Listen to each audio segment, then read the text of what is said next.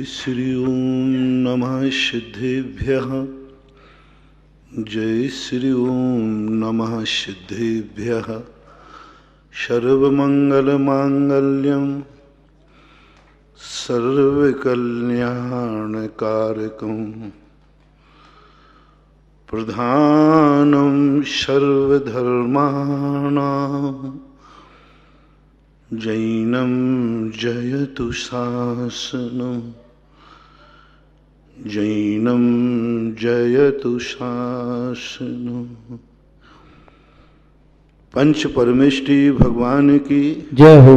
आचार्य श्री गुरुवर कुंद कुंद महाराज की जय हो। आचार्य श्री गुरुवर विद्या सागर महाराज की जय हो। परम उपकारी निर्यापक श्रवण मुनि पुंगा श्री सुधासागर जी महाराज की जय। आचार्य संघ की जय। नमस्ते। सभी को यह विचार करना चाहिए कि जो महान आत्माएं होती हैं वो बुरी आत्माओं का बहिष्कार नहीं करते। अच्छे लोग बुरे लोगों से घृणा नहीं करते। अच्छे लोगों की सबसे बड़ी विशेषता होती है, कितना भी घृणाशील व्यक्ति क्यों ना हो, कितना भी पापी क्यों ना हो, कितना भी बुरा क्यों ना हो, अच्छे लोगों की विशेषता होती है कि वो उससे भी घृणा नहीं करते। क्षमावान व्यक्ति भी के लिए कितनी बड़ी बात कही, दुर्जन क्रूर कुमार्गरतों पर क्षोभ नहीं मुझको आवे, साम्य भाव रखूं मैं उन पर ऐसी परिणति हो जाए। यानी एक क्षमताशील धर्मात्मा के लिए कितना बड़ा उपदेश दिया। क्रूर है, दुरात्मा है, दुष्टात्मा है, फिर भी धर्मात्मा लोग उस पर क्रोध नहीं करते, घृणा नहीं करते, उसके प्रति भी वो क्षमता भाव धारण करते हैं। महान आत्माओं की पहचान होती है कि वे अपने दुश्मन का भी बुरा नहीं विचारते, दुश्मन के संबंध में भी बुरा नहीं सोचते, दुश्मन का भी अहित करने का परिणाम भी नहीं करते, चाहे भले वो दुश्मन उनका कितना भी अहित करे। शास्त्रों में ऐसे सैकड़ों उदाहरण भरे पड़े जिनमें अच्छे लोगों के लिए बुरे आदमियों ने बहुत उपसर्ग ढहे,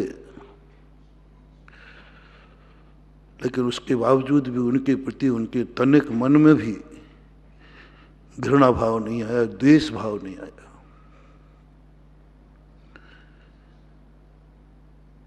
जैसे यशोधर महाराज को भगवान शनक ने सर्प डाला गले में, लेकिन महाराज ने उनसे घृणा नहीं की, उनके प्रति क्षमता भाव रखा, बल्कि वात्सल्य भाव दिखाया।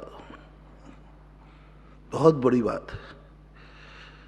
एक साधर्मी के प्रति, एक अच्छे व्यक्ति के प्रति वात्सल्य भाव तो दुनिया दिखा देती है।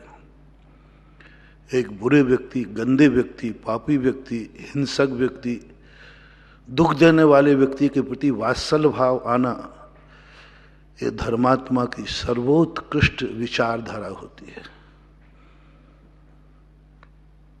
कितना बड़ा क्रूर कार्य किया था राजा शनक ने, महाराज के गले में सर्प डाला, उपसर्ग किया, दुश्मन था, नाश करना चाहता था, लेकिन जब महाराज की आंख खुली तो उसके प्रति भी इतना वात्सल्य भाव, इतना वात्सल्य भाव कि बचाने वाले और मारने वाले को दोनों को बराबर आशीर्वाद दे दिया। महारानी चेलना बचाने वाली थी, गुरु भक्तन थी, गुरु के प्रति उसकी श्रद्धा थी, आस्था थी, और राजा शनक विरोधी था, दुश्मन था, सर्वनाश करने वाला था, दोनों को बराबर आशीर्वाद दे डाला। और दोनों के आशीर्वाद के संबंध में कोई विकल्प नहीं किया, विचार नहीं किया। और यह स्थिति देख करके सारा ब्रह्मांड स्तब्ध रह गया। और इतनी स्तब्धता रह गई कि ऐसे भी लोग दुनिया में हैं कि जिनके मन में इतने निकृष्ट लोगों के प्रति भी वात्सल्य भाव, करुणा भाव, दया भाव। सांप सबसे गंदा आदमी है, जहरीला है, सारी दुनिया निंदा करती है, लेकिन पार्श्वनाथ भगवान ने उन नाग नागिन के प्रति वात्सल्य भाव दिखाया, अनुराग भाव दिखाया। सांपों से कौन प्यार करता है, सांपों पर कौन दया करता है, सांपों को कौन बचाने की सोचता है।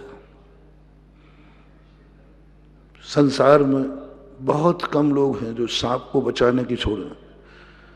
सांप दिखते ही सबसे पहले मारने का भाव आता है। सबसे पहले 99.99 लोगों का भाव यही आता है, इसको मार दिया जाए।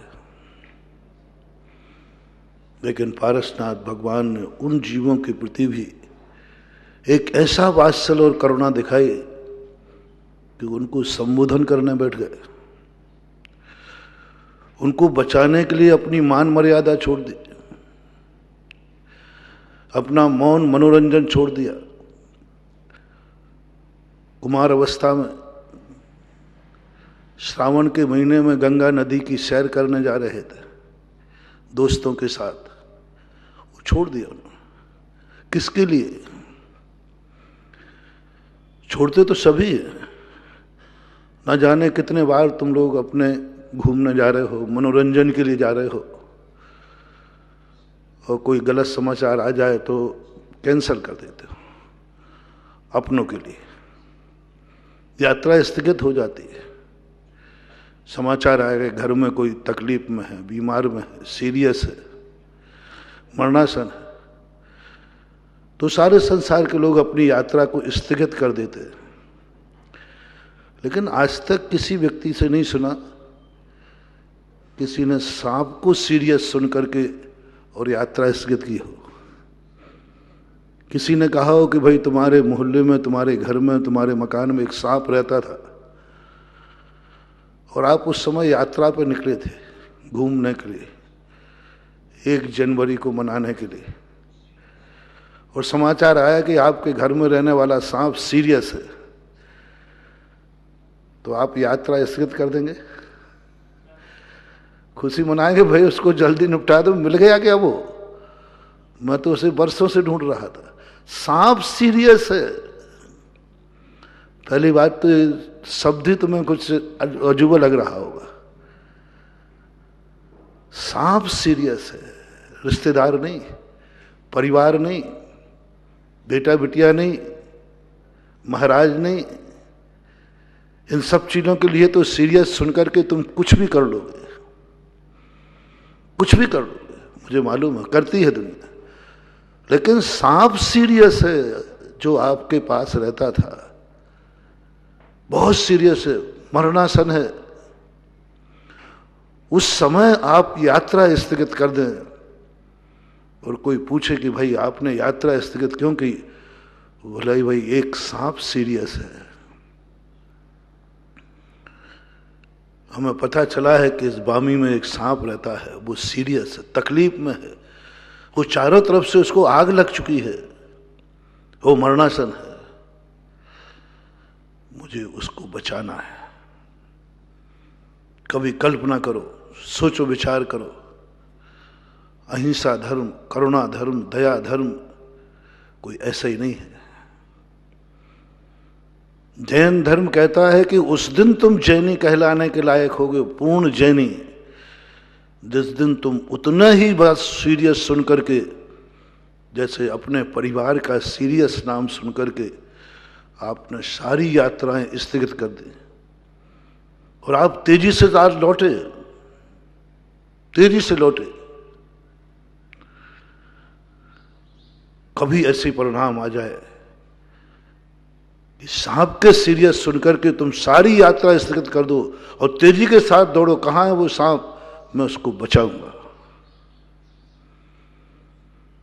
ऐसे ही नहीं बनते हैं ये भगवान, ऐसे ही नहीं पूछते हैं ये मंदिरों में, ऐसे ही नहीं इनके आज तक सैकड़ों हजारों साल हो गए, लगभग 2855 वर्ष, लगभग 3000 के लगभग वर्ष हो चुके, पारसनाथ की पूजा आज भी हो रही है, आज भी उनका नाम ले रहे हैं, आज भी उनकी मूर्तियां बन रही हैं, आज भी उनकी पूजा कर रहे हैं लोग, आज भी जय जयकार कर रहे हैं, आज भी जिह्वा पे उनका नाम आता ही जिह्वा धन हो जाती है। ऐसे ही नहीं, उसके पीछे उनकी बहुत बड़ी कहानी है, बहुत बड़ी साधना है। कैसा परिणाम, कैसी दया, कैसी अहिंसा। सांप को सीरियस सुनकर के यात्रा स्थगित कर दी, और वो सांप कोई उनका सपेरे का सांप नहीं था, कोई पाला हुआ सांप नहीं था, अनजाना रास्ते में पड़े हुए सांप कितने रहते हैं, कितने पड़े हुए सांप मरते रहते हैं। रास्ते में चलते हुए सांप को सीरियस देख करके दोस्तों से कहते हैं घूमने की यात्रा, मनोरंजन की यात्रा स्थगित की जाती है। कहाँ जाओगे, क्यों, क्या सीरियस आ गया? बोले एक नाग नागिन सीरियस है। मैं जब भी पारसनाथ के संबंध में सोचता हूँ, भगवान आपकी इस गहराई को हम लोग अभी तक नहीं समझ पा रहे, आती नहीं समझ में बात,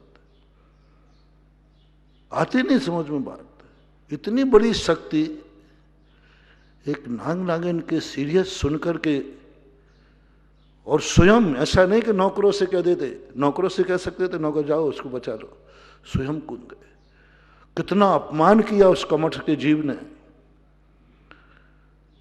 नाग नागिन को बचा लिया। ये है धर्मात्मा की निशानी। धर्मात्मा व्यक्ति का लक्षण समझना, सबसे बड़ा लक्षण, वो कितना धर्म करता है, वो कितनी साधना करता है, वो कितनी तपस्या करता है, वो कितना ज्ञानी है। ये सर्वोत्कृष्ट धर्मात्मा की निशानी नहीं है, उसकी निशानी है भक्तों से कितना राग करता है, अपने हितैषियों के संबंध में कितना सोचता है। ये महत्वपूर्ण नहीं है। महत्वपूर्ण है कि वो दुश्मनों के संबंध में क्या विचार करता है, जो उसके दुश्मन है, जो उसका नाश चाहते हैं, जो हमेशा उसके सर्व कुछ मिटाने को तैयार है, विरोधी है। उनके संबंध में उस धर्मात्मा का क्या भाव है, पहचान करना, परीक्षा करना, पूछना। पहले तो कहना महाराज जी ये व्यक्ति फलाना आपका बहुत दुश्मन है, कट्टर दुश्मन है, मैं खुद अपने कानों से सुना है आपके संबंध में बहुत विचार बुरे कर रहा है, बहुत बुरा विचार कर रहा है, आपके प्रति वो कुछ भी कर सकता है, आपका परम दुश्मन है। और फिर धीरे से पूछना, महाराज जी ऐसे व्यक्ति के संबंध में आपके क्या विचार है, आप ऐसे व्यक्ति की खबर सुनकर आपके मन में कैसा लग रहा है, जो आपका सर्वनाश करना चाहता है, आपका दुश्मन है, आपकी निंदा कर रहा है, बुराई कर रहा है। पहला तो साधु को भी अपनी परीक्षा करना चाहिए कि मैं साधु कितनी ऊंचाइयों तक पहुंचा हूं, मेरी साधना कितनी है। भक्तों से नहीं, मेरे भक्तों की संख्या कितनी है, हम भक्तों के संबंध में कितनी चिंता करते हैं, उससे साधुता का ग्राफ नहीं नापा जाएगा। जैन दर्शन कहता है कि तुम्हारे दुश्मन के प्रति तुम्हारे भाव क्या है। दुश्मन जब गाली देता है तुम्हें कैसा लगता है, दुश्मन जब तुम्हारी बुराई करता है तुम्हें कैसा लगता है, दुश्मन जब तुम्हारे विरोध में जाता है तो कैसा लगता है। क्या तुम्हारा मन, तुम्हारा ज्ञान शत्रु और मित्र को एक समान मान ना सकता है? जो भक्त को देखकर परिणाम आया वही दुश्मन को देख के आता है क्या? दोनों के लिए आप एक वात्सल भाव प्रदर्शित कर सकते हैं क्या? बहुत कठिन, बहुत कठिन है। जितना सरल मैं कहना मान रहा हूं इतना सरल तुम करना मत समझना। कहना सरल है, दुश्मन मित्र को बराबर आशीर्वाद देना है, बराबर वात्सल भाव करना है, बराबर किंचित मात्र भी थोड़ा सा भी हीनादिक नहीं। आप लोगों के मन में भी ये भाव आना चाहिए कि धर्मात्मा जीव की लक्षण क्या है, उस दुश्मन के प्रति उसके परिणाम क्या चल रहे हैं। और बहुत बता देना पहले, ये दुर्जन है, क्रूर है, जो मैंने प्रवचन के प्रारंभ में, दुर्जन क्रूर कुमार्ग रतों पर क्षोभ नहीं मुझको आवे। दुर्जन है, क्रूर है, पापी है, जितने दुर्गुण हैं सब हैं, उसके प्रति आपके परिणाम क्या है? साम्य भाव रखूं मैं इन पर, ऐसी परिणति हो जावे। उनके प्रति समता भाव दिखाओ, उनके प्रति वात्सल्य भाव दिखाओ, उनके प्रति आप करुणा भाव दिखाएं।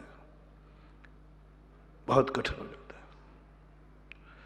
और यदि ऐसा साधु मिल जाए, समझ लेना वही परमात्मा है, वही भगवान है। आज नहीं, वो बहुत जल्दी भगवान बनने वाला है, क्योंकि उसने दुश्मन के प्रति वात्सल्य भाव किया, जो सबके लिए हितकारी है, सर्वनाश करने वाला। जितने भी महान आत्माएं हुए उन्होंने सब ने यही काम किया, महान हो गए, महान हो गए। साधना से महान कम हुए। पारसनाथ की तपस्या कोई ज्यादा नहीं थी, कोई तपस्या ज्यादा नहीं थी। ऋषभदेव की तपस्या देखो कितनी ज्यादा थी, बाहुबली की तपस्या देखो कितनी थी, और तीर्थंकरों के देखो 1,000 वर्ष तक तपस्या की है। पारसनाथ की तो बहुत कम तपस्या है। पारसनाथ तपस्वी ज्यादा नहीं थे, तपस्याएं ज्यादा नहीं की उन्होंने, और की है तो उस वैसे सभी तीर्थंकरों ने की है। पारसनाथ की सबसे बड़ी विशेषता है कि उन्होंने ऐसे दुश्मन के प्रति वात्सल्य भाव दिखाया जो जगत का दुश्मन है, जगत का सर्वनाश करने वाला है। ऐसे व्यक्ति के प्रति अनुराग भाव दिखाया जिस भाई ने उनका सर्वनाश किया था, सब कुछ मिटा दिया था, सब कुछ मिटा दिया। उसके बावजूद भी वात्सल्य भाव, उसके प्रति भी अनुराग भाव बहुत कठिन है। अपनों के प्रति, अपने प्रशंसकों के प्रति तो राग भाव सबको जागता है, भक्तों के प्रति कौन को राग भाव नहीं जागेगा? भक्त अच्छा किसको नहीं लगता? भक्त की चिंता कौन नहीं करता? वो लोग इसी को साधुता मान लेते हैं कि मैं भक्तों के प्रति कितना हितैषी हूं। नहीं, दुश्मन के प्रति आपका परिणाम क्या है? बहुत विचित्र प्रश्न है। आज का पेपर कठिन है। ये तो दुनिया में वे कहेंगे, दुनिया के, आप तो ये पूछो, आप लोग कहोगे कि आप ये पूछो कि अपने लिए तुम कितनी चिंता करते हो, अपनों के लिए कितना करते हो। तो इसमें तो सभी है, पूछना नहीं है। साधु भी कहे महाराज आप भक्तों के लिए कितना सोचते हो? उन्हीं के लिए तो सोचता हूं। ये सब कुछ उन्हीं के, 24 घंटे में भक्तों की तो सोचता हूं। प्रवचन भक्तों को दे रहा हूं, शांति धारा भक्तों के लिए करा रहा हूं, मंदिर तीर्थ क्षेत्र भक्तों के लिए बना रहा हूं, सबके लिए। इसमें हमारी डिवीजन नहीं बनेगी। पास तो हो जाऊंगा, पास तो हो जाऊंगा, फेल नहीं होगा। भक्तों के प्रति अनुराग करने से फेल नहीं होता कोई व्यक्ति, पास होगा पक्का है, लेकिन डिवीजन नहीं बनेगी, पोजीशन नहीं बनेगी। पास हो जाओगे तुम, कहोगे भक्तों के लिए तुम इतना करते हो, इतना करते हो भक्तों के लिए, हमेशा सोचते हो कि हमारा भक्त कभी दुखी नहीं रहे, हमेशा सोचते हो हमारे भक्त समय पुण्य कमाए, मंदिर बनवा रहे भक्तों के लिए, प्रवचन दे रहे भक्तों के लिए, सब कर रहे, बहुत बड़ा काम है। लेकिन जिनवाणी कहती है ठीक है, फेल तो नहीं हुआ, पास हो गया। पोजीशन कब बनेगी? दुश्मन के प्रति, दुश्मन के लिए क्या सोचा है, दुश्मन के संबंध में कितना समय दिया, दुश्मन के लिए कोई कार्य किए, दुश्मन के प्रति वात्सल्य भाव है। ये सब अपन सबको सोचना है अपने लिए। यदि अपन को डिवीजन बनाना है, पोजीशन बनाना है, तो हर व्यक्ति के लिए होमवर्क दे रहा हूं और मैं भी ले रहा हूं। अपन सब एक होमवर्क लें, अपने दुश्मन के प्रति हमारे मन में क्या चल रहा है, वात्सल्य भाव या अरति भाव। उसके लिए हमारे पास कुछ है सोचने के लिए। उस दुश्मन के लिए कुछ तुमने किया क्या? दुश्मन के लिए कभी तुमने 2 शब्द प्रवचन के वात्सल्य भाव के दिए क्या? दुश्मन के लिए कभी उस पर संकट आया है क्या? उसके लिए भी शांति धारा में नाम ले लोगे?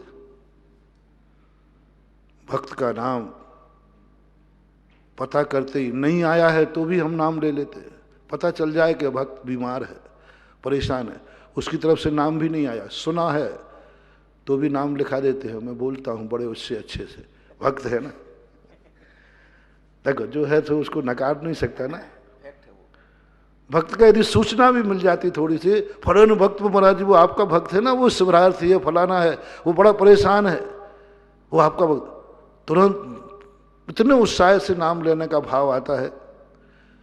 कोई भूल भी आता है तो मैं कहता उसका भी नाम लिख देना, भगत है ना,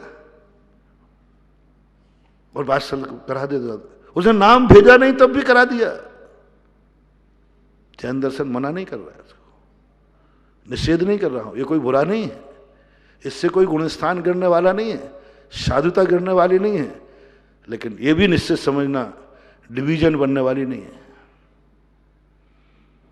डिवीजन बनेगी कभी कोई दुश्मन के लिए जो परम दुश्मन है, परम दुश्मन है, और उसका समाचार तुम्हारे कान में पड़ा, आज वो संकट में है,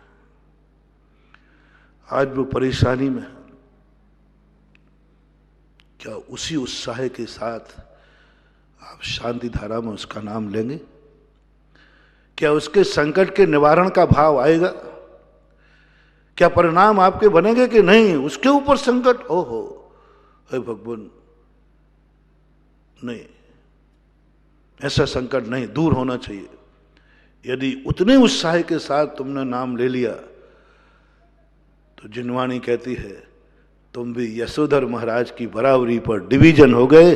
डिवीजन नहीं, बहुत डिक्टेंशन आपका बन गया। दुश्मन की शांति धारा उसके हित के लिए कराई, उसके प्रति भी वात्सल्य भाव। सर्प डाला तो उस वही भाव, सर्प निकालने वाले के पास वही भाव, मारने और बचाने वाले में कोई अंतर नहीं, कोई अंतर नहीं। उस दिन हमारी साधुता का आनंद आएगा, उस साधुता का गुणगान देवता भी करेंगे, उस साधुता का गुणगान अमर हो जाएगा, वो साधुता संसार में महान हो जाएगी। अपनों के प्रति तो करुणा दुनिया दिखाती है, दुश्मनों के प्रति करुणा भाव आना कठिन है, महान भाव बहुत कठिन है, लेकिन करना तो है ही ना, अभ्यास तो करना ही है। मैंने कहा ना, पारसनाथ की कोई साधना तपस्या कोई ज्यादा नहीं है जिसके कारण से पारसनाथ इतने पूज रहे। यदि तपस्या और साधना की पूजा है तो आदिनाथ है, बाहुबली है, ये है तपस्वी, ये है तपस्या के प्रतिरूप। आज तक किसी तीर्थंकर को बामी पड़ी, बेलें चढ़ी? वास्तविक तपस्वी तो बाहुबली हैं, लेकिन पूजा दुनिया में पूजा तो पारसनाथ की हो रही है। व्रत लोग पारसनाथ के नाम का रख रहे हैं, बाहुबली के नाम का कोई व्रत ही नहीं है। क्यों? इसका अर्थ है कि दुनिया में तपस्या से भी ज्यादा, साधना से भी ज्यादा, केवल ज्ञान से भी ज्यादा, मोक्ष से भी ज्यादा, रत्नत्रय से भी ज्यादा भाव ये है कि तुम दुश्मन के प्रति क्या भाव रखते हो। और पारसनाथ का 10 भाव से देख रहा हूं, पूरा पारसनाथ चरित्र को मैंने पढ़ा, हमें और कोई विशेषताएं अन्य तीर्थंकरों को भी पढ़ा, 2400 तीर्थंकरों का पढ़ लिया। पारसनाथ में कोई कोई विशेषता नजर नहीं आई, बस एक विशेषता नजर आई कि वे शुरू से अपने दुश्मन के प्रति वात्सल्य भाव रखते आए। वात्सल्य भाव, इतना वात्सल्य, सब कुछ खो करके भी अपने अग्निभूति भाई ने उसका सर्वनाश कर दिया था। पूरी कथा से अपन को मतलब नहीं, सर्वनाश किया। इतना नाश कोई भी व्यक्ति सहन नहीं कर सकता। किसी व्यक्ति के साथ जो दुर्व्यवहार पारसनाथ के जीव मरुभूति के साथ उसके भाई, बड़े भाई ने किया था, यदि कोई भी व्यक्ति ऐसा व्यवहार करेगा, नियम से भाई उसका मर्डर कर देगा, हत्या कर देगा, और गम भी नहीं होगा, जेल चला जाएगा, जिंदा तो नहीं छोड़ेगा। जो उसके भाई ने उसके परिवार के साथ, उसकी पत्नी के साथ, उसके साथ दुर्व्यवहार किया, उस व्यवहार को तो कोई सहन, आज तक दुनिया में ऐसा हुआ ही नहीं जो ये बात को कोई सहन कर ले। लेकिन पारसनाथ उस पापी से जिस पापी क्षमा के योग्य नहीं है, उस पापी से भी वात्सल्य भाव, उस पापी के प्रति भी अनुराग भाव।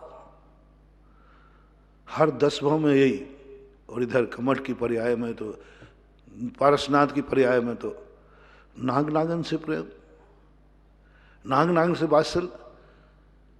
ये है पारसनाथ का डिक्टेंशन, डिवीजन।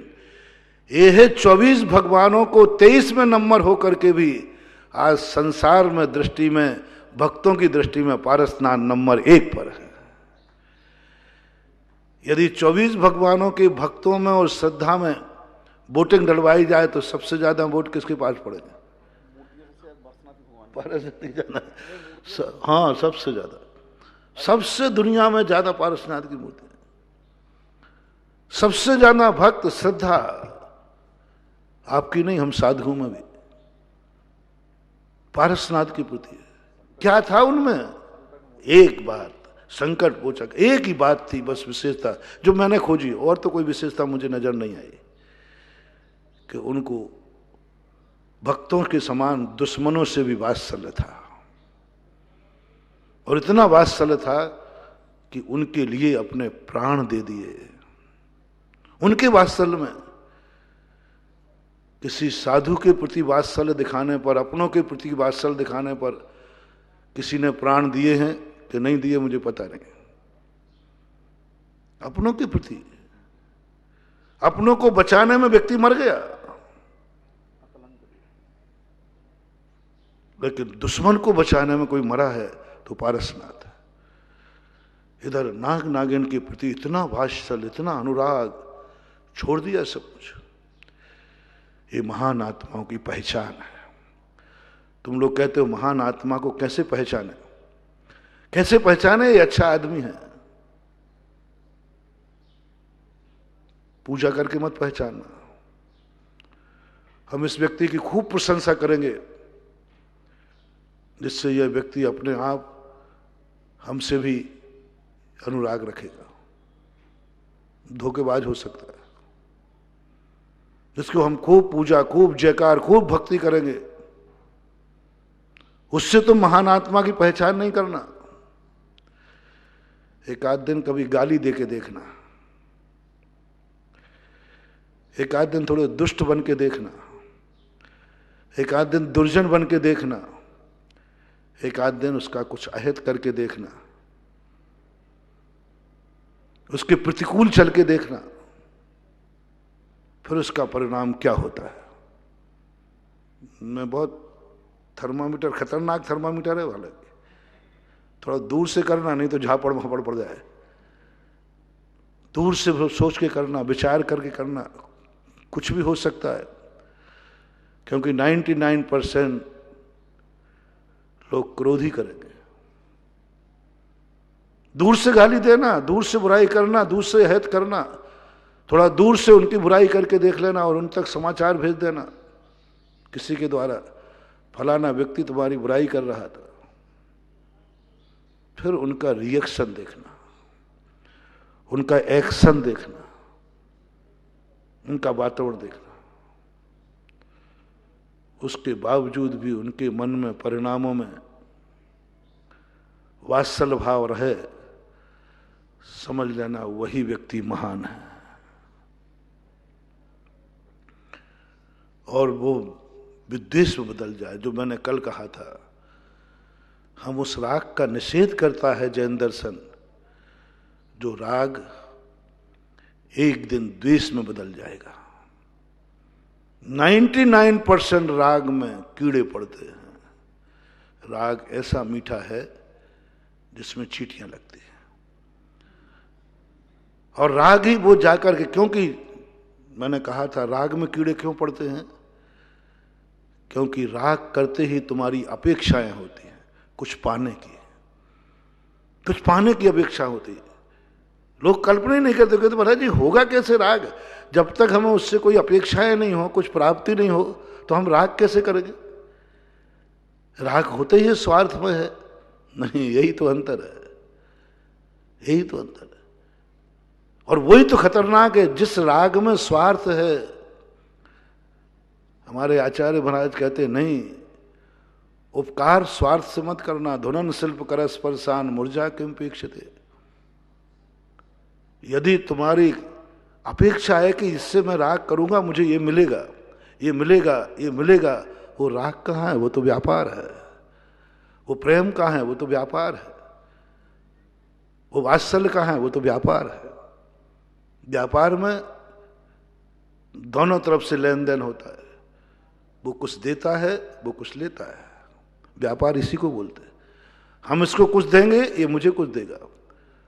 परस्पर में यदि लेन देन का सवाल है, जिस भी क्रिया में, तुमने बेटे को जन्म दिया, क्या भाव है, क्यों पाल रहे हो बेटे को? बोले मैं बेटे को पालूंगा, ये बुढ़ापे में मेरी सेवा करेगा। तुम्हें बेटे से अनुराग नहीं, तुम्हारा बेटे और बाप का संबंध व्यापार का संबंध है। एक व्यापारी का संबंध, इससे ज्यादा कुछ नहीं। क्योंकि तुम्हारे मन में एक भाव आ गया, ये मेरे लिए सेवा करेगा, आज मैं इसका पालन करूंगा, कल ये मेरे काम आएगा। आज मैं इसके लिए पढ़ा रहा हूं, पैसा दे रहा हूं खर्च के, कल बुढ़ापे में मेरे के लिए देगा। व्यापार चल रहा है। बेटा भी बाप की सेवा इसलिए करता है कि मैं बाप की सेवा करूंगा तो वसीयत मिलेगी मुझे, पिताजी की संपत्ति मेरे पास होगी। वो पिता से व्यापार कर रहा है, पिता को मान ही नहीं है, उसको पिता का कोई भी पुण्य, कोई भी स्थिति नहीं होना। वो तो व्यापारी है, उसकी दृष्टि है मिल जाएगा, पिता की सेवा करूंगा तो उनकी वसीयत मुझे मिलेगी। व्यापार। कोई भी रिश्तेदारों में ले लीजिए, यदि किसी रिश्तेदार से आप इसलिए बना रहे हैं कि ये मेरे काम आएगा, मैं इसके काम इसलिए आ रहा हूं, व्यापार है। आपने विवाह किया, पति पत्नी, आपके मन में ये भाव आ गया कि मैं इसको कुछ सुख दूंगा, ये मुझे देगी, ये मुझे जब में काम आएगा, मैं इसके जीवन में काम आऊंगा। तुमने विवाह नहीं किया, व्यापार किया। और व्यापार तो हो ही रहा है, सारी दुनिया में व्यापार हो गया। दुकान पे जाते हो, तुम उसको कुछ देते हो, वो तुम्हें माल दे देता है। उसने 2 रुपया कमा लिया, तुम्हारा माल मिल गया। व्यापार इसी को तो बोलते हैं। दोनों की आवश्यकताओं की पूर्ति जहां होती है, उसको व्यापार बोलते हैं। सब्जी वाले का आवश्यकता होगी, उसकी सब्जी बिक गई, उसको खुशी है, और तुम खुश हो कि तुम्हें जो सब्जी चाहिए थी वो मिल गई। तुम बाजार में निकलते हो, ये फलानी सब्जी मिलना चाहिए, आज मिल गई, बड़े खुश होते हो। और बेचने वाला बैठा था, कोई तो आके ले जाए, उसकी सब्जी बिक गई तो खुश है, और तुम्हें सब्जी मिल गई तो खुश। इसका नाम व्यापार है। हर दुकान का यही माल देख लो। आप दुकान पर जाते हो, ये दुकान पर माल मिलना चाहिए, दुकानदार कहता है ये माल बिकना चाहिए, व्यापार हो गया। और आप सब दोनों व्यापार कर रहे हैं, व्यापार कर रहे हैं। मैं जीवन में अकेले नहीं रह सकता, मुझे एक साथी चाहिए, मेरे दुख का बंटवारा, मेरी जिंदगी का शेयर करे। अपने लिए शादी कर रहे हो तो, अपने लिए शादी कर रहे हो, अपने लिए, इससे हमें कुछ सुख मिलेगा, क्योंकि आपको उसके बिना कहीं ना कहीं आपको दुख नजर आ रहा है। दुख नजर आ रहा है, इसलिए आप एक साथी को ढूंढते हो अपना दुख दूर करने के लिए, अपने सुख के लिए। सामने वाली भी शादी कर रही है, महिला है, कन्या है, वो भी तुम्हारे परिवार का कल्याण करने के लिए, तुम्हारे लिए नहीं, उसको भी दुख नजर आ रहा है। यदि मैंने शादी नहीं की तो मेरी जिंदगी में कितने दुख आएंगे, मानसिक, वाचनिक, सामाजिक, पारिवारिक, कई दुख होते हैं। मानसिक दुख आएगा, सामाजिक दुख आएगा, पारिवारिक दुख आएगा। 99.99 लोगों से पूछ रहा हूं, पहले बच्चों से पूछता हूं, शेयर करना, बताने की कोई जरूरत नहीं। आप शादी किस लिए करते हैं? चलो पहले माता पिताओं से पूछता हूं, आप अपने बेटे की शादी किस लिए करते हैं? और बेटा भी किस लिए कर रहा है? इसलिए कि महाराज जी हम तो इसलिए कर रहे हैं, मुझे शादी की कोई जरूरत नहीं है। उसके घर में एक बिटिया है, बाप आप बूढ़े हो गए, उनको कौन पालेगा, कौन रक्षा करेगा, इसलिए मैं उसकी रक्षा करने के लिए कर रहा हूं। दूसरे के लिए किसने शादी की है? एक दिन मैंने कहा था ना, गर्भ कल्याणक के समय पर कहीं कहा था, जन्म कल्याणक, बेटे को भी तुमने जन्म दिया, जन्म के बाद तो तुम बेटे के लिए मरते हो।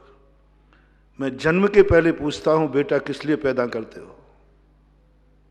जन्म के बाद की नहीं कह रहा हूं, वो तो मोह जाग जाता है। जन्म के पहले तुम्हारा भाव, तुम बहुत अच्छे आदमी हो, जैनी हो, कुलवान हो, धनवान हो, श्रीमान हो, धीमान हो, सब गुण, अच्छे गुण तुम्हारे पास हैं। गंदे आदमी की बात नहीं कर रहा हूं, गंदा तो स्वार्थी होते ही, बहुत अच्छे आदमी की बात कर रहा हूं। वो शादी किस लिए कर रहा है? महाराज मैं इसलिए कर रहा हूं। संतान पैदा क्यों कर रहा है? इसलिए महाराज इस संसार में पता नहीं ये जीव कहाँ जन्मेंगे, किस पापी के यहाँ जन्मेंगे, इसलिए मेरा घर अच्छा है, मेरे घर में सब शुद्ध भोजन बनता है, शुद्ध लोग रहते हैं, भगवान की माला फिरती है, जाप होता है, इसलिए मैं सोचता हूँ जो 2-4-10 जीव मेरे घर में आकर आत्मा का कल्याण कर ले, क्योंकि मेरा कुल बहुत अच्छा है, मेरे बाप बहुत संस्कारवान है। हमारे यहाँ कोई बिना दर्शन के नहीं खाता, रात में कोई खाता नहीं, अभक्ष कोई खाता नहीं, सदा साधु संग। ऐसे अच्छे घर में मेरा परिणाम है कि संसार के 10-5 जीव मेरे घर में आ जाएं, जिससे वे भी धर्मात्मा बन जाएं, क्योंकि बेटे पर धर्म माँ बाप का पड़ता है। इसलिए मैं वैसे संतान की मुझे कोई जरूरत नहीं है, लेकिन 10-5 जीवों का कल्याण हो जाए मेरा क्या बिगड़ता है? धन दौलत भी खूब है, संस्कार भी खूब है, ऐसा परिणाम कितनों को आता है। उन जीवों के कल्याण के लिए वो जीव मेरे यहाँ जन्म लेवे, मेरे घर में लेवे। यदि यहाँ जन्म लेंगे, जितने ज्यादा जन्म ले लेंगे उतने ही ज्यादा नमोकार मंत्र पढ़ने वाले होंगे। जैनी लोग जो परिवार नियोजन कराते हैं ये बहुत पापी है। दूसरों के लिए नहीं कह रहा हूं मैं पापी, अदर लोगों को मैं पापी नहीं कह रहा हूं, मैं जैनियों का कह रहा हूं, क्योंकि जैनी अच्छे हैं, उनके आचार विचार अच्छे, और सबसे ज्यादा उनको कह रहा हूं, जैनियों में भी जो सबसे अच्छे घर हैं, जिनमें कोई कभी बुरा कार्य नहीं होता, बहुत सदाचार है, सदा धर्मात्मा है, गुरुओं के द्वारा भी प्रशंसनीय है, जो मंदिर आते हैं, अभिषेक करते हैं, नमोकार मंत्र करते हैं, सम्यक दृष्टि मानते हैं, गुरु भक्त हैं। गुरु महाराज हो तो उनके पास ले जाना सबको, नहीं हो तो हम गुरु बन जाना। मेरा मन है कि इस घर में पुण्यात्मा जीव आवे, धर्मात्मा जीव आवे, ऐसा जीव आवे कि ये नर के घर स्वर्ग बन जाए। तो क्या करना पड़ेगा? पूरी लिस्ट बनाओ। उस बेटे के खातिर 6 महीने पहले से कह रहा हूं, 6 महीने पहले की मीटिंग कर रहा हूं। इस घर में आज के बाद कोई रात में नहीं खाएगा, कोई शराब नहीं पिएगा, कोई गुटखा नहीं खाए, बेटे के खातिर, उस दीपक के खातिर, क्योंकि अपन तुम लोग तो बुरे हो तो हो, वो बुरा ना हो जाए। कोई गाली गलौच नहीं करेगा, कोई अभक्ष, आज के बाद घर में अभक्ष नहीं आएंगे, आज के बाद कोई रात में भोजन नहीं करेगा, आज के बाद सारे लोग भगवान के मंदिर जाएंगे, पूजन करेंगे, पुरुष अभिषेक करेंगे, सब लोग सुबह शाम माला फिर, ऐसा धर्म है। बात बनाओ, 6 महीने पहले की बात कह रहा हूं मैं। और दोनों दंपति से कह देते हैं तुम दोनों के यहां कुल दीपक आएगा, मन भी मत बिगाड़ना, मन भी मत बिगाड़ना, ध्यान रखना। तीर्थंकर जन्म लेते हैं जब 12 योजन की अयोध्या को शुद्ध करना पड़ता है। ऐसे ही नहीं महान आत्माएं जन्म जाती हैं, वो तो जन्म जन्म के तीर्थंकर हैं। 12 योजन को सौधर्मंद कहता है, 12 योजन में कोई पाप नहीं होना चाहिए। 6 महीने पहले 12 योजन की अयोध्या को पूरे देवता कस्टडी में ले लेते हैं, पूरे देवता कस्टडी ले लेते, पूरे 12 योजन के। नाभि राय के घर को अकेले नहीं, पूरे 12 योजन के। हर घर में देवता घुस जाते हैं, हर घर में देवता। पुनः नगरी का रिफाइन होता है, ध्वज स्थापन होता है नगरी का, नई नगरी बसती है, नए संस्कार होते, ध्वजा की स्थापना होता है, और सारे देवता घर घर में घुस जा करके सबकी मति बदल देते हैं। कोई भी व्यक्ति किसी भी घर में गलत कार्य नहीं होगा, कोई अभक्ष नहीं, कोई मांसाहार नहीं, कोई शराब नहीं, सब खत्म कर देते हैं वे देवता मिलकर के। उन शराबियों के परिणाम बदल देते हैं। किसके खातिर? उनको सुधारने के लिए नहीं, उनको सुधारने के लिए नहीं, कहीं ये संस्कार तीर्थंकर पर ना आ जाए, कोई कारण नहीं। उनका अयोध्या से कोई मतलब होता तो पहले आ जाते, पाप तो पहले भी हो रहे थे। नहीं, बेटे के खातिर तीर्थंकर पर संस्कार नहीं पड़ जाए। अब विचार करें, एक तीर्थंकर जैसी आत्मा पर 12 योजन का प्रभाव पड़ता है। 12 योजन कितने हो गए भाई? छोटा योजन से भी ले ले, 108 किलोमीटर हो गई, 9 योजन चौड़ी और 12 योजन लंबी होती है। 108 किलोमीटर क्षेत्र के लोगों को शुद्ध करना है। मन शुद्ध, वचन शुद्ध, काया शुद्ध, आहार शुद्ध, सब कुछ शुद्ध, तब तीर्थंकर जैसे बेटा पाओगे। 108 किलोमीटर तुम अपने घर को ही शुद्ध नहीं कर पा रहे, स्वयं को ही शुद्ध नहीं कर पा रहे। कहां से जन्मे तीर्थंकर? मैंने बहुत सोचा, भगवान वर्तमान में वर्धमान की आवश्यकता है, इस समय आपकी बहुत आवश्यकता है। भगवान ने कहा नहीं आ पाऊंगा क्योंकि मेरे लायक शुद्धि नहीं है। और महान आत्माएं शुद्ध स्थान पे आती है, उनको सब कुछ शुद्ध चाहिए। वो कहते मैं जन्म कहां लूं?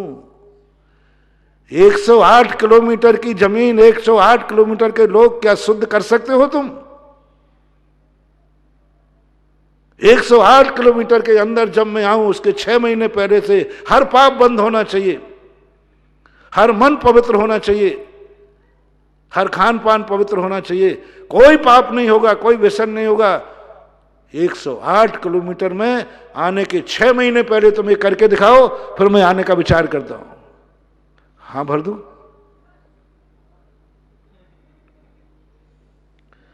मेरी लाज रह जाइए। सुरेश बाबू, कितना कठिन दिख रहा है? 108 बोलकर 6 महीने कर दीजिए। लोग कहते महाराज इस काल में तीर्थंकर जन्म जाएंगे, जन्म जाएंगे, जन्म नहीं। तुम 6 महीने 108 किलोमीटर की जो लिस्ट दी जाती है, उस लिस्ट के अनुसार कोई गलत कार्य मन से, वचन से, काय से नहीं होगा। गलत कार्य कह रहा हूं, अनैतिक कार्य कह रहा हूं, जो गृहस्थ के नहीं करने योग्य हैं। गृहस्थी के लिए बाधा नहीं कर रहा हूं, अनैतिक कार्य कर रहा हूं। 108 किलोमीटर में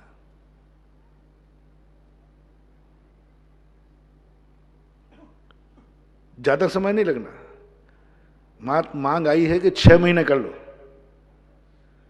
6 महीने की बात है, ज्यादा नहीं। बाद में तुम्हें जो करना है जो कर डालना, अपन फेल हो जाएंगे।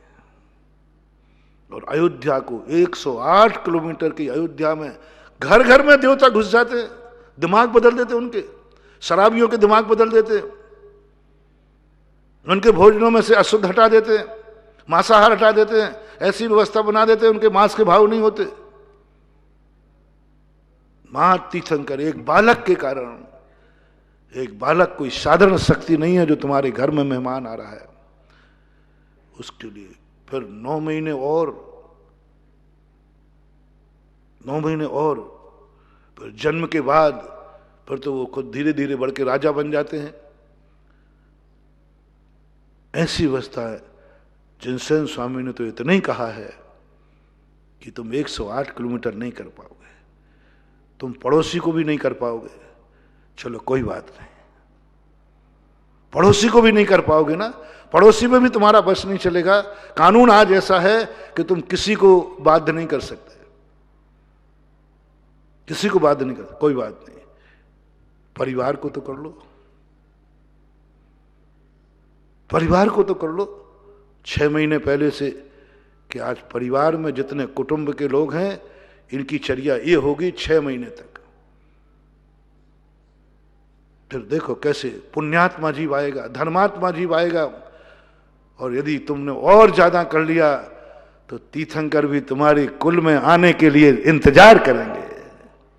बोले मेरा जन्म हो तो इस कुल में हो, जो बेटों के लिए, जो संतान के लिए इतना त्याग करते हैं।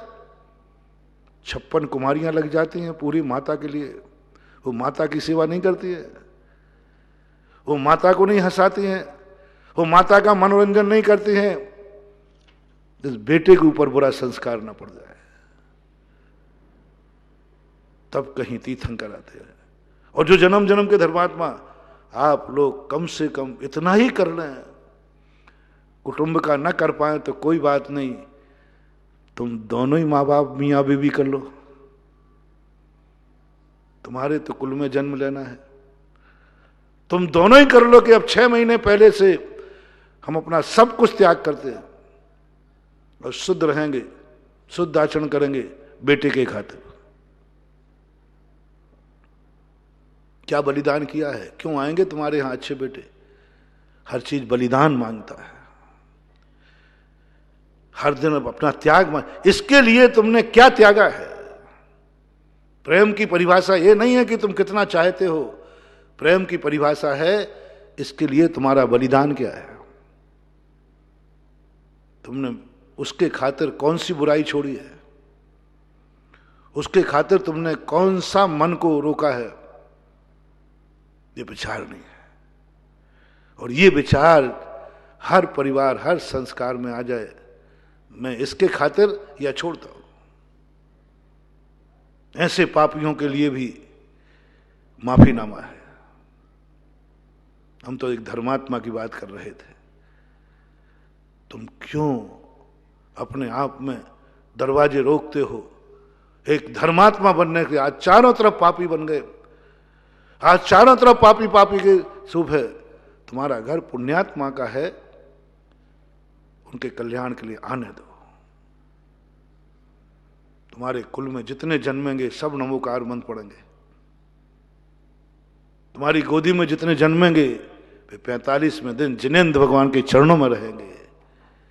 इसलिए मैंने कहा था जैनी सबसे बड़ा पापी है, उसने संतान को नहीं रोका है, उसने नमोकार मंत्र पढ़ने वाले को रोका है, भगवान की भक्ति करने वाले को रोका है, आचरण शुद्ध आचरण करना है, शाकाहारी को रोका है। ये चिंतन किसके मन में आता है? नहीं आता है। इसलिए हमेशा आप धर्म का प्रभाव समझो। जो प्रवचन के प्रारंभ में मैंने कहा था कि हर व्यक्ति ये समझे महान आत्माएं कौन है, जो पापियों के प्रति भी वात्सल्य भाव रखते हैं, उनको भी रास्ता दिखाते, उनके प्रति भी घृणा भाव नहीं आते। वो नीति आते ना, घृणा पाप से करो, पापी से नहीं। महान आत्मा का लक्षण यही है।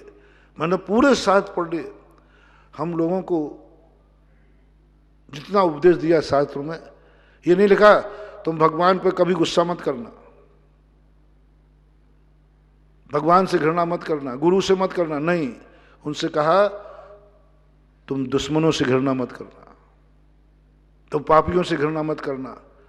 तुम संसार में रहते हो, तुम्हारी आंख इतनी पावन हो गई है कि तुम्हें हर आंख पापी दिखेगी। तुम्हारा मन इतना पावन हो गया है, संसार के मन तुम्हें पापी दिखेंगे।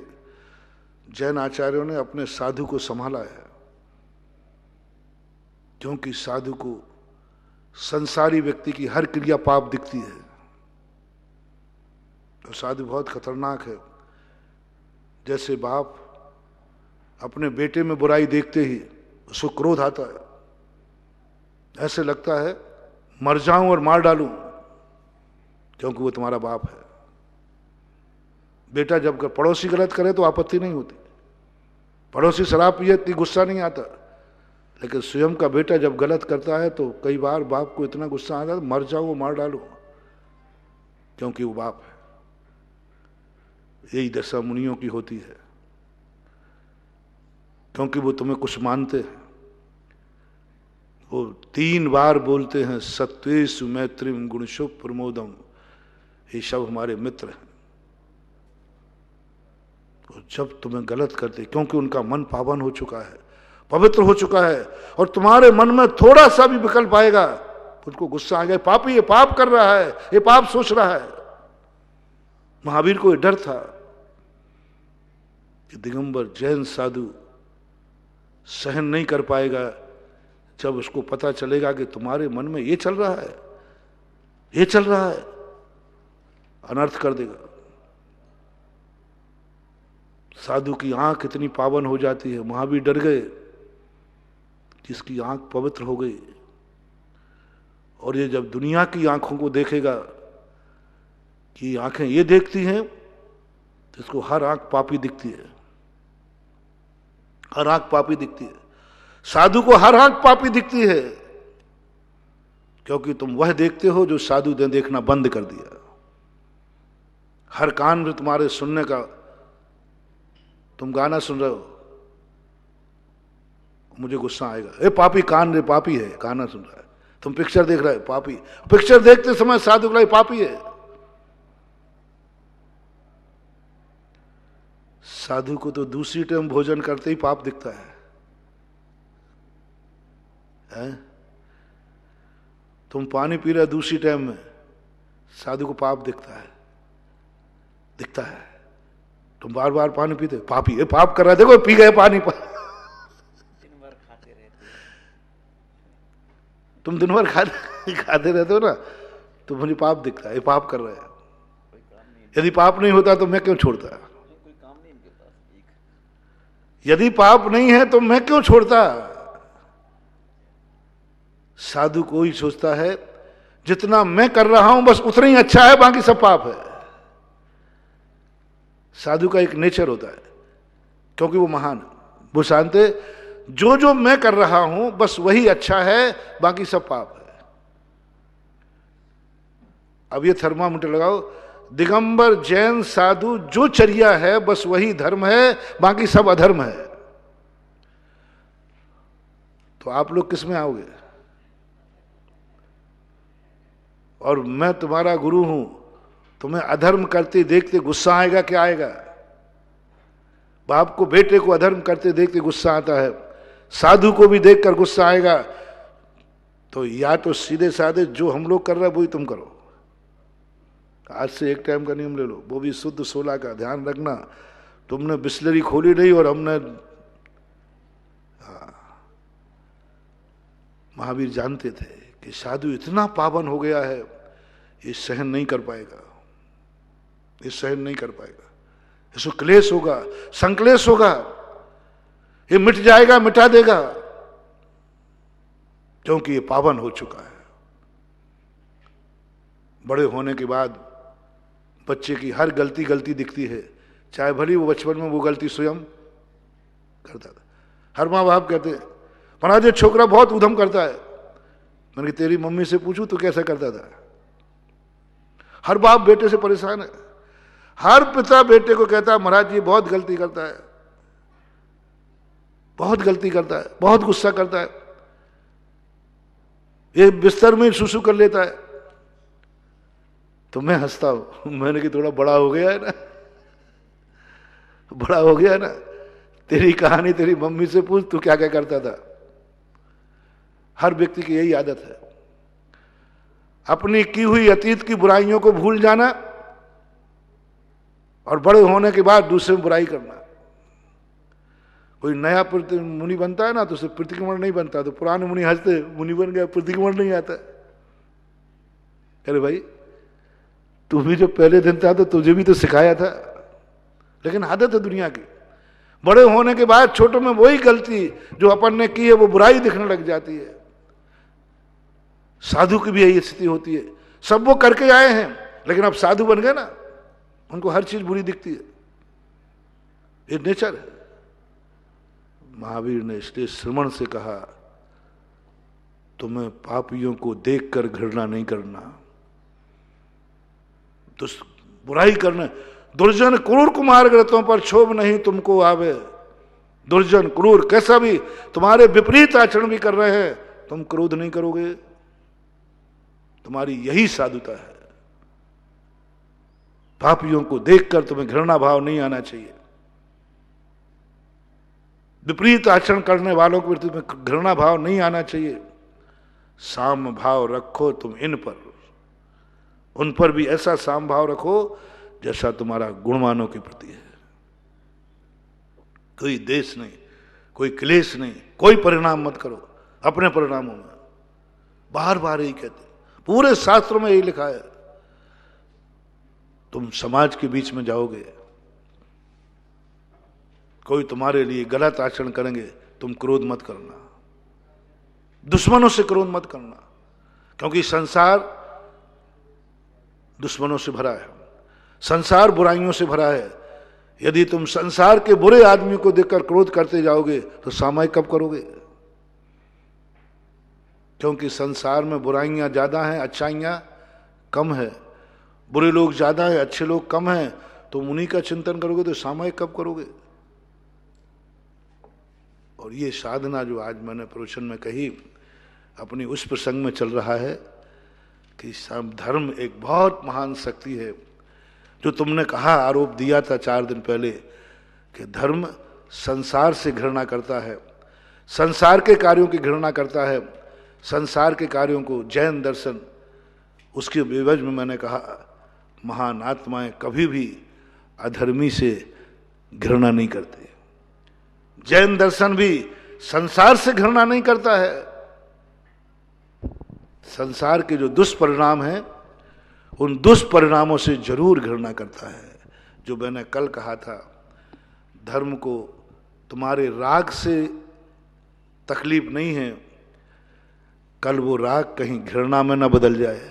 आज इतने कह के प्रणाम करता हूं, फिर अपन सुने महावीर भगवान।